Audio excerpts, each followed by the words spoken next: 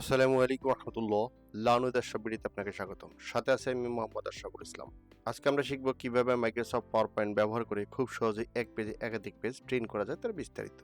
এই ভিডিওতে আমরা দেখব কিভাবে প্রিন্ট অপশনে গিয়ে মাল্টিপল স্লাইড সেট করতে হয়, কিভাবে 1, 2, 4, 6 বা 9টি পেজ একসাথে প্রিন্ট করা যায় এবং প্রিন্ট করার আগে প্রিভিউ চেক করার সঠিক পদ্ধতি।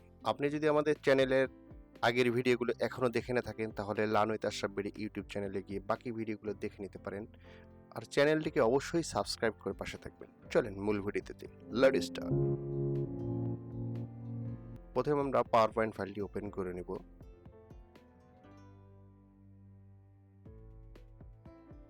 এরপর ফাইল অপশনে ক্লিক করে প্রিন্টে চলে যাব এবং প্রিন্টার সিলেক্ট করে দেব। তারপর প্রিন্ট প্রপার্টিজে যাব। এবার প্রয়োজন অনুযায়ী কালার সিলেক্ট করে নেই, কালার অথবা ব্ল্যাক অ্যান্ড হোয়াইট। এখন প্রিন্ট প্রিভিউ দেখেন সাইড দিয়ে কেটে যাচ্ছে, অর্থাৎ প্রিন্ট করলে এই লেখাগুলো আসবে না, কেটে যাবে। এই সমস্যার সমাধানের জন্য ফুল পেজ স্লাইড নামে একটি অপশন দেখতে পাবো।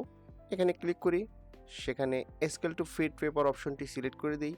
এখন যদি প্রিন্ট করি তাহলে সাইড দিয়ে কেটে যাওয়ার কোনো সম্ভাবনা নেই।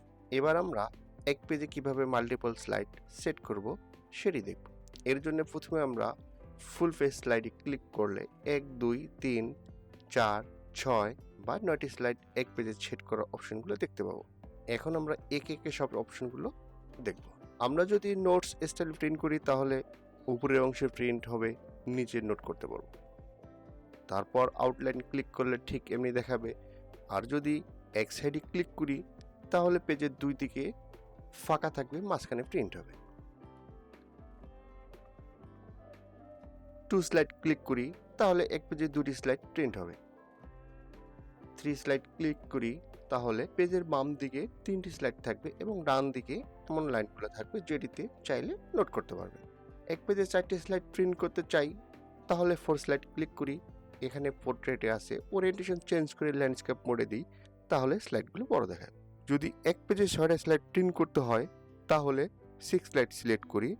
আবার যদি এক পেজে 9টা স্লাইড প্রিন্ট করতে চাই তাহলে 9 স্লাইড ক্লিক করি। একটা কথা না বললেই নয়, আমরা যারা পড়ার জন্য প্রিন্ট করব তারা অবশ্যই এক পেজে 4 থেকে 6টা স্লাইডে বেশি প্রিন্ট করব না, কারণ পড়ার জন্য 4 থেকে 6টি স্লাইডই বেস্ট।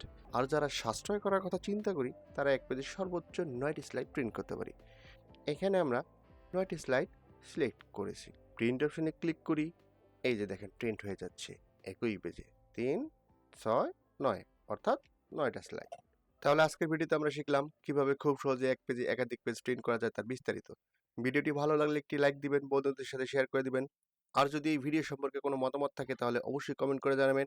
আর আপনি যদি এখন আমার চ্যানেলটিকে সাবস্ক্রাইব করে না থাকেন তাহলে অবশ্যই সাবস্ক্রাইব করে পাশে থাকা বেল বাটনটা প্রেস করে দিবেন, যাতে করে নতুন কোনো ভিডিও আপলোড হওয়ার সাথে সাথে আপনি পেয়ে যান। আজকের মতো এখানেই শেষ করছি, দেখা হবে পরবর্তীতে নতুন কোনো ভিডিওতে। সে পর্যন্ত ভালো থাকুন এই প্রত্যাশায়। লানুদ আশরাফবিডি থেকে আমি মোহাম্মদ আশরাফুল ইসলাম। আল্লাহ হাফেজ।